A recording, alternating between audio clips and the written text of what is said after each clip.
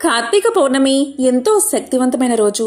ఈ రోజు మీ పిల్లలు అభివృద్ధిలోకి రావాలంటే ఏం చేయాలో ఇప్పుడు తెలుసుకుందాం. ముందుగా విన్నంతనే సకల పాపాలు పోయి సకల శుభాలు కలిగించే కార్తీక పురాణంలోని ఒక విశేషమైన కథను ఇప్పుడు విందాం. పూర్వం వశిష్ఠ మహాముని జనక మహారాజుతో ఇలా చెప్పడం ప్రారంభించాడు. రాజా, కావేరీ తీరమందు ఒక చిన్న గ్రామంలో దేవశర్మ అనే బ్రాహ్మణుడు ఉండేవాడు. అతనికి ఒక పుత్రుడు ఉన్నాడు. అతని పేరు శివశర్మ.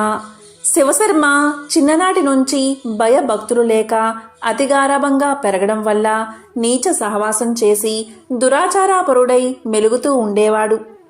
అతని దురాచారాలను చూసి ఒకనాడు అతని తండ్రి కుమారుణ్ణి పిలిచి, బిడ్డా, నీ దురాచారాలకు అంతు లేకుండా ఉంది. నీ గురించి ప్రజలు పలు విధాలుగా చెప్పుకుంటున్నారు. నన్ను నిలదీసి అడుగుతున్నారు. నీ వల్ల కలిగే నిందలకు సిగ్గుపడుతూ నలుగురిలో తిరగలేకపోతున్నాను. కాబట్టి నీవు కార్తీక మాసమున నదిలో స్నానం చేసి శివకేశవులను స్మరించి సాయంకాల సమయమున దేవాలయంలో దీపారాధన చేస్తే నీవు చేసిన పాపాలు తొలగిపోవడమే కాదు, నీకు మోక్ష ప్రాప్తి కూడా కలుగుతుంది. కాబట్టి నీవు అలా చెయ్యి అని బోధించాడు. అంతట కుమారుడు ఇలా పలికాడు.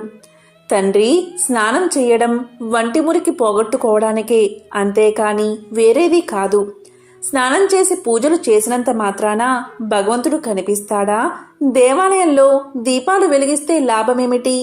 వాటిని ఇంటిలోనే పెట్టడం మంచిది కదా అని వ్యతిరేక అర్థాలతో పెడసరంగా సమాధానం చెప్పాడు. కుమారుని సమాధానం విని తండ్రి, ఓరి నీచుడా, కార్తీక మాస ఫలాన్ని అంత చులకనగా చూస్తున్నావు. కాబట్టి నీవు అడవిలో రావి చెట్టు తొర్రయందు ఎలుక రూపంలో బతికెదువుగాక అని శపించాడు. ఆ శాపంతో కుమారుడైన శివశర్మకు జ్ఞానోదయమై భయపడి తండ్రి పాదాలపై పడి, తండ్రి క్షమించుము. అజ్ఞాన అంధకారంలో పడి దైవాన్ని, దైవ కార్యాలను ఎంతో చులకన చేసి వాటి ప్రభావాన్ని గ్రహించలేకపోయాను. ఇప్పుడు నాకు పశ్చాత్తాపం కలిగింది. నాకు శాప విమోచనం ఎప్పుడు ఏ విధంగా కలుగుతుందో దానికి తగు తరుణోపాయం ఏమిటో వివరించండి అని ప్రాధేయపడ్డాడు. అంతట తండ్రి, బిడ్డా, నా శాపాన్ని అనుభవిస్తూ మూషికమై పడి ఉండగా నీవెప్పుడు కార్తీక మహత్యాన్ని వింటావో అప్పుడు నీకు పూర్వ దేహస్థితి కలిగి ముక్తిని పొందుతావు అని కుమారుణ్ణి ఊరడించాడు. వెంటనే శివశర్మ ఎలుక రూపాన్ని పొంది అడవికి పోయి ఒక చెట్టు తొరల్లో నివసిస్తూ ఫలాలు తింటూ జీవిస్తూ ఉన్నాడు. ఆ అడవి కావేరీ నదీ తీరానికి సమీపంలో ఉండడం వల్ల స్నానార్థమై నదికి వెళ్లేవారు అక్కడున్న ఆ పెద్ద వటవృక్షం నీడన కొంతసేపు విశ్రమించి లోకాభిరామాయణం చర్చించుకుంటూ నదికి వెళ్తూ ఉండేవారు. ఇలా కొంతకాలమైన తరువాత కార్తీక మాసంలో ఒక రోజున మహర్షి అయిన విశ్వామిత్రుల వారు శిష్య సమేతంగా కావేరీ నదిలో స్నానార్థమై బయలుదేరారు. అలా బయలుదేరి ప్రయాణపు బడలిక చేత మూషికం ఉన్న ఆ వట వృక్షం కిందకు వచ్చి శిష్యులకు కార్తీక పురాణాన్ని వినిపిస్తూ ఉన్నారు. ఈలోగా చెట్టు తొర్రలో నివసిస్తున్న మూషికం వీరి దగ్గరున్న పూజా ద్రవ్యాలలో ఏదైనా తినే వస్తువు దొరుకుతుందేమో అని బయటకు వచ్చి చెట్టు మొదట నక్కి ఉండింది. అంతలో ఒక కిరాతకుడు వీరి జాడ తెలుసుకుని వీరు బాటసారులై ఉంటారు, వీరి వద్ద ఉన్న ధనాన్ని అపహరించవచ్చు అనే దుర్బుద్ధితో వారి దగ్గరకు వచ్చి చూడగా వారందరూ మునీశ్వరులే. వారిని చూడగానే అతని మనస్సు మారిపోయింది. వారికి నమస్కారం చేసి, మహానుభావులారా, తమరు ఎవరు? ఎందుకు వచ్చారు? మీ దివ్య దర్శనంతో నా మనస్సులో చెప్పరాని ఆనందం కలుగుతుంది. కాబట్టి వివరించండి అని ప్రాధేయపడ్డాడు. అంత విశ్వామిత్రుల వారు ఇలా పలికారు. ఓయి కిరాతక, మేము కావేరీ నది స్నానార్థమై ఈ ప్రాంతానికి వచ్చాము. స్నానాన్ని ఆచరించి కార్తీక పురాణాన్ని పఠిస్తున్నాము. నీవు ఇక్కడ కూర్చుని సావధానుడివై ఆలకించు అని చెప్పారు. అప్పుడు కిరాతకుడు కార్తీక మహత్యాన్ని శ్రద్ధగా ఆలకిస్తూ ఉండగా తన వెనుకటి జన్మ వృత్తాంతమంతా జ్ఞాపకం వచ్చింది. పురాణ శ్రవణం అయిన తర్వాత ఆ మునీశ్వరులకు ప్రణమిల్లి తన పల్లెకు వెళ్ళిపోయాడు కిరాతకుడు. అలాగే ఆహారానికై చెట్టు మొదట దాగి ఉండి పురాణమంతా వింటున్న ఎలుక కూడా తన వెనుకటి బ్రాహ్మణ రూపాన్ని పొంది ఇలా పలికింది: మునివర్యా, ధన్యోస్మి. తమ దయ వల్ల నేను కూడా ఈ మూషిక రూపం నుండి విముక్తుణ్ణి అయ్యాను అని తన వృత్తాంతమంతా చెప్పి వెళ్ళిపోయింది. కనుక ఓ జనక, ఇహంలో సిరి సంపదలు, పరలోకంలో మోక్షం కోరుకునేవారు తప్పకుండా ఈ కార్తీక పురాణం చదివి ఇతరులకు వినిపించాలి అని వశిష్ఠుడు జనక మహారాజుకు తెలియచేశాడు. కార్తీక పౌర్ణమి రోజు చంద్రుడు కృతికా నక్షత్రంలో ఉంటాడు. ఈరోజు పుణ్యనదుల్లో స్నానం చేసి జపాలు పూజలు చేస్తే ఎంతో పుణ్యం కలుగుతుంది. 33 పున్నముల నోమును కార్తీక పౌర్ణమి రోజు స్త్రీలు ఆచరిస్తారు. పౌర్ణమి రోజు సాయంత్రం పూర్ణ చంద్రుడు వచ్చాక ఎవరైతే పూజలు చేస్తారో వారింట్లో శివపార్వతులు, లక్ష్మీనారాయణులు కొలువై ఉంటారు. ఆ ఇల్లు ఎప్పుడూ సిరి సంపదలతో కలకలలాడుతుంది. ఈరోజు నుదుటిన విభూది ధరించి ఓం నమశివాయ, ఓం నమశివాయ అనే పంచాక్షరి మంత్రాన్ని 108 సార్లు జపిస్తే వారికి అనంత శక్తి లభిస్తుంది. దేనైనా సాధించే తెలియని అద్భుత శక్తి వస్తుంది. మరి కార్తీక పౌర్ణమి రోజు మీ పిల్లలు బాగుండాలి అంటే తల్లులు ఏం చెయ్యాలో తెలుసుకుందాం. తల్లిదండ్రులు ఎల్లప్పుడూ పిల్లల భవిష్యత్తు బాగుండాలని కోరుకుంటారు. పిల్లలు బాగుండాలంటే మహిమాన్వితమైన కార్తీక పౌర్ణమి రోజు తల్లులు తులసి కోట దగ్గర ఒక ప్రత్యేకమైన విధి విధానాన్ని పాటించాలి. ఈ విషయాన్ని స్కాంద పురాణంలో వైష్ణవ కాండంలో చెప్పడం జరిగింది. కార్తీక పౌర్ణమి రోజు సాయంత్రం పూట ఇంట్లో ఆడవాళ్లు పిల్లలు బాగుండడానికి తులసి కోట దగ్గర దీపం పెట్టి ఆ తులసి కోట దగ్గర ఒక తమలపాకు ఉంచాలి. ఆ తమలపాకులో ఒక రాగి నాణాన్ని ఉంచాలి. ఆ రాగి నాణానికి గంధంతో కుంకుమతో బొట్లు పెట్టాలి. ఆ రాగి నాణాన్ని చంద్రుడి స్వరూపంగా భావించి నమస్కారం చేసుకోవాలి. తమలపాకులో ఉన్న రాగి నాణం దగ్గర కొంచెం చలిమిడిని నైవేద్యంగా పెట్టాలి. అలాగే ఏవైనా పళ్ళను కూడా నైవేద్యంగా సమర్పించాలి. అరటిపండు నైవేద్యంగా పెట్టి నమస్కారం చేసుకుంటూ సోం సోమాయ నమః, సోం సోమాయ నమః అనే మంత్రాన్ని 21 సార్లు చదువుకోవాలి. ఏ ఇంట్లో అయితే ఆడవారు ఇలాంటి విధి విధానాన్ని పాటిస్తారో అలాంటి ఇంట్లోని పిల్లలు ఆయురారోగ్యాలతో అష్టైశ్వర్యాలతో తులతూగుతారు. పిల్లలకు ఉన్న జాతక దోషాలు తొలగిపోతాయి. పిల్లలు జీవితంలో ఎటువంటి ఇబ్బందులు లేకుండా అభివృద్ధిలోకి వస్తారు. కార్తీక పౌర్ణమి రోజు రాత్రి పౌర్ణమి గడియలకు ఎంతో విశేషత ఉంటుంది. ఈ రోజు రాత్రి పున్నమి చంద్రుడి వెన్నెల్లో అమృతం ఉంటుంది. అలా ఉన్న సమయంలో మనం ఏం చేసినా సరే 1,000,000 జన్మల పుణ్యం వస్తుంది. ఇలా రాత్రి సమయంలో పౌర్ణమి గడియలు ఉన్న రోజే ప్రకృతిలో కూడా నిద్రాణమై ఉన్న కొన్ని శక్తులు యాక్టివేట్ అవుతాయి. ఆ శక్తులను మనం పొందాలి అంటే ఆ రోజు పౌర్ణమి గడియల్లో శివారాధన తప్పకుండా చేయాలి. పూర్ణిమ చంద్రుడు ఉన్న సమయంలో వెన్నెల్లో గడపాలి. మన శరీరానికి వెన్నెల తగిలేలా చూసుకోవాలి. అలా చేస్తే అందులోని అమృతత్వం మన శరీరంలోకి ప్రవేశిస్తుంది. మరి ఇంతటి విశేషమైన పౌర్ణమి గడియలు ఏ రోజు ఉన్నాయి? నవంబర్ 26వ తేదీనా లేక నవంబర్ 27వ తేదీనా అనేది ఇప్పుడు తెలుసుకుందాం. ఎప్పుడైనా సరే కార్తీక పౌర్ణమి అంటే ఆ రోజు రాత్రి పౌర్ణమి గడియలు ఉండాలి. అలాగే కృతికా నక్షత్రం కూడా ఉండాలి. ఇలా కార్తీక పౌర్ణమి మరియు కృతికా నక్షత్రం కలిసిన అద్భుత సమయాన్ని కార్తీక పౌర్ణమిగా మన పురాణాలు చెబుతున్నాయి. మరి ఈసారి కృతికా నక్షత్రం మరియు పౌర్ణమి గడియలు ఏ రోజు ఏ సమయంలో వచ్చాయో ఇప్పుడు చూద్దాం. ఇది తెలియాలంటే పౌర్ణమి గడియలు ఎప్పుడు మొదలయ్యాయో తెలుసుకుందాం. పౌర్ణమి గడియలు నవంబర్ 26వ తేదీ మధ్యాహ్నం 3:53 ప్రారంభమై నవంబర్ 27వ తేదీ మధ్యాహ్నం 2:45 వరకు కార్తీక పౌర్ణమి గడియలు ఉన్నాయి.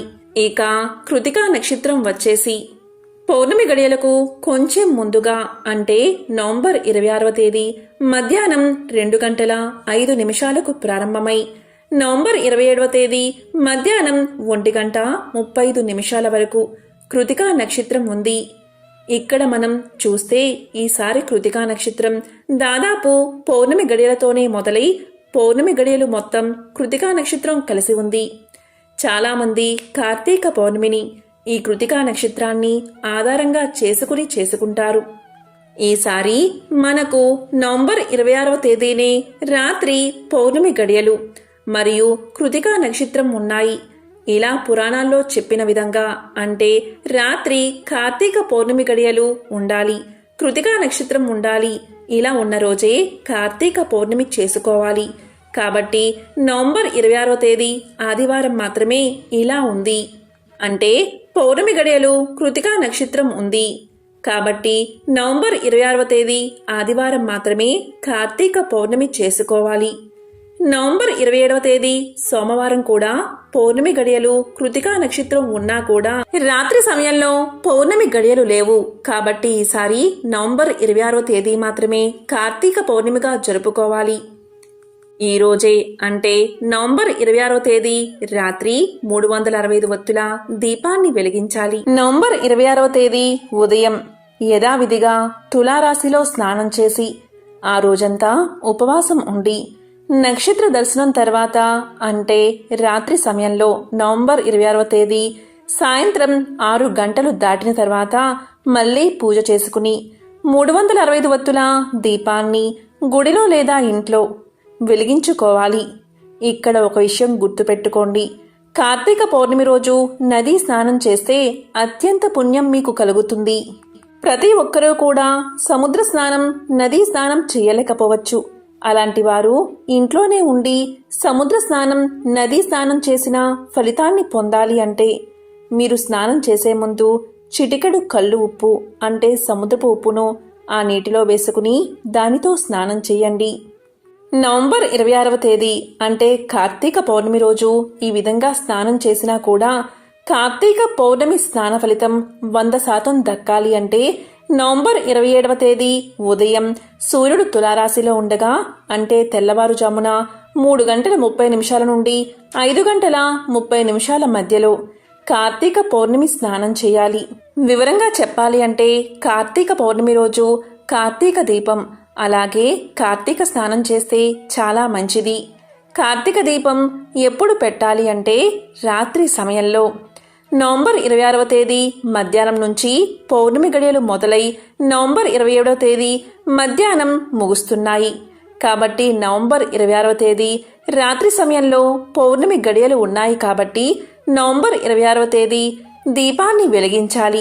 365 ఒత్తుల దీపాన్ని వెలిగించాలి. ఇక పౌర్ణమి స్నానం ఎప్పుడు చేయాలి అంటే సూర్యుడు తులారాశిలో ఉండగా అంటే ఉదయం 3:30 నుంచి 5:30 లోపు చేయాలి. నవంబర్ 26వ తేదీ మధ్యాహ్నం పౌర్ణమి గడియలు మొదలై నవంబర్ 27వ తేదీ మధ్యాహ్నం పౌర్ణమి గడియలు ముగుస్తున్నాయి. ఇలా చూస్తే నవంబర్ 26వ తేదీ ఉదయం అంటే తెల్లవారుజామున సూర్యుడు ఉదయించే సమయంలో అంటే తులారాశి సమయంలో పౌర్ణమి గడియలు లేవు.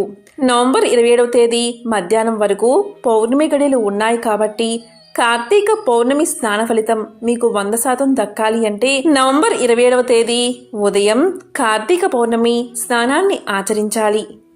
ఇక్కడ మీకు సందేహం కలగవచ్చు, ఎందుకు తులారాశి సమయంలోనే కార్తీక పౌర్ణమి స్నానం ఆచరించాలి అని. ఎందుకు అంటే ఈ సమయంలో నీటిలో గంగాదేవి, అగ్నిదేవుడు ఉంటారు. సమస్త తీర్థ దేవతలు కూడా ఆ సమయంలో నీటిలోనే ఉంటారు. ఆ సమయంలో స్నానం చేస్తేనే మనం తెలిసి తెలియక చేసిన సమస్త పాపాలు ఆ గంగాదేవి పోగొడుతుంది. అందుకే ఈ సమయంలోనే స్నానాన్ని ఆచరించాలి. మీరు కార్తీక పౌర్ణమి స్నానాన్ని నవంబర్ 26వ తేదీ కూడా ఉదయం 3:30 నుంచి 5:30 లోపు చేసి ఆ రోజంతా ఉపవాసం ఉండండి. ఇక నక్షత్ర దర్శనం తర్వాత పూజ చేసుకుని 365 ఒత్తుల దీపాన్ని వెలిగించండి. అలాగే నవంబర్ 27వ తేదీ తెల్లవారుజామున కూడా కార్తీక పౌర్ణమి స్నానం ఆచరించండి. ఇలా చేస్తే 100% స్నాన ఫలితం మీకు దక్కుతుంది. నవంబర్ 27వ తేదీ ఉదయం సూర్యుడు తులారాశిలో ఉండగానే స్నానం ఆచరిస్తే చాలా మంచిది. ఇది కుదరని వారు కనీసం పౌర్ణమి గడియలు వెళ్లేలోపు అంటే నవంబర్ 27వ తేదీ మధ్యాహ్నం 2:45 లోపు ఖచ్చితంగా అందరూ కూడా కార్తీక పౌర్ణమి స్నానాన్ని చేయండి. నవంబర్ 26వ తేదీ మధ్యాహ్నం 3:53 నుంచి మీరు సముద్ర స్నానాన్ని చేయవచ్చు. మనం నిత్యం పనుల్లో ప్రతిరోజు దీపారాధన చేయడం కుదరకపోవచ్చు. అందుకే ఈ కార్తీక పౌర్ణమి రోజు 365 వత్తుల దీపాన్ని వెలిగించి 365 రోజులు దీపాన్ని వెలిగించిన ఫలితాన్ని పొందండి. ఇలా సంవత్సరం మొత్తం దీపారాధన వెలిగించిన ఫలితం రావాలి అంటే మీరు ఖచ్చితంగా నవంబర్ 26వ తేదీ రాత్రి 365 వత్తుల దీపాన్ని వెలిగించండి. ఇక ఇక్కడ విశేషం ఏంటి అంటే నవంబర్ 27వ తేదీ సోమవారం కార్తీక పౌర్ణమి గడియలు కూడా ఉన్నాయి. అందున కార్తీక సోమవారం. ఈ కార్తీక సోమవారం మధ్యాహ్నం వరకు పౌర్ణమి గడియలు ఉన్నాయి. అలాగే సూర్యోదయ సమయంలో కూడా కృతికా నక్షత్రం ఉంది. ఈరోజు కార్తీక సోమవారం కాబట్టి ఈరోజు ఉదయం కార్తీక స్నానాన్ని ఆచరిస్తే ఒకేసారి కార్తీక సోమవార స్నాన ఫలితం అలాగే కార్తీక పౌర్ణమి స్నాన ఫలితం ఒకేసారి మీకు లభిస్తాయి. ఇలా కార్తీక సోమవారం కార్తీక పౌర్ణమి గడియలు వచ్చిన ఈరోజు ఎవ్వరూ కూడా అస్సలు వదులుకోవద్దు. నవంబర్ 26వ తేదీ రాత్రి పున్నమి కాంతి ఒంటికి తగిలితే చాలు సమస్త దోషాలు తొలగిపోతాయి. మీకు ఉన్న నరదృష్టి నరఘోష తొలగిపోతుంది. అఖండ ఐశ్వర్యం కలుగుతుంది. అదేవిధంగా ఈ అద్భుత పౌర్ణమి గడియల్లో బకెట్లో నీటిని నింపి ఆ నీటిని వెన్నెల్లో పెట్టి గంట తర్వాత ఆ నీటితో స్నానం చేస్తే చాలు. అలా స్నానం చేసిన వారి ఒంట్లోకి అమృతత్వం ప్రసరిస్తుంది. ఎందుకు అంటే చంద్రుడిలోని చల్లదనాన్ని అమృతత్వాన్ని కేవలం నీరు మాత్రమే ఎక్కువగా గ్రహిస్తుంది. అలా ఈ పున్నమి కాంతిలో నీరు ఉంచి దాంతో స్నానం ఎవరైతే చేస్తారో వారి ఒంట్లోకి అమృతం ప్రవేశించి తెలియని దైవిక శక్తి వారి ఒంట్లోకి ప్రవేశించి ఎంతో ఆరోగ్యాన్ని కలిగిస్తుందని పురాణ గ్రంథాలు తెలియచేస్తున్నాయి. ఈ విధంగా మన పూర్వీకులు పల్లెటూరులో కార్తీక పౌర్ణమి రోజు అందరూ స్నానం చేసి ఎన్నో అద్భుత ఫలితాలు పొందారు. ఇక వ్రతాలు, నోములు, సత్యనారాయణ స్వామి వ్రతం, నీటిలో దీపాలు వదలడం, చంద్రారాధన, తులసికోట పూజ, లలితా సహస్రనామాలు పారాయణం చేయడం ఇవన్నీ కూడా పౌర్ణమి గడియల్లో నవంబర్ 26వ తేదీన జరుపుకోవాలి. ఇక నవంబర్ 26వ తేదీ సాయంత్రం సూర్యాస్తమయం 5:35 అవుతుంది. ఇక్కడి నుంచి అందరూ కూడా 365 ఒత్తులను వెలిగించుకోవడం, వ్రతాలు, నోములు చేసుకోవచ్చు. కాబట్టి ఈసారి నవంబర్ 26వ తేదీ రాత్రి మాత్రమే కార్తీక పౌర్ణమిని జరుపుకోవాలి. 365 ఒత్తులు వెలిగించాలి. ఇక కార్తీక సోమవారం అలాగే కార్తీక పౌర్ణమి గడియలు కలిసిన నవంబర్ 27వ తేదీ కార్తీక పౌర్ణమి స్నానాన్ని ఆచరించాలి. ఓం నమః శివాయ. ఓం నమో నారాయణాయ.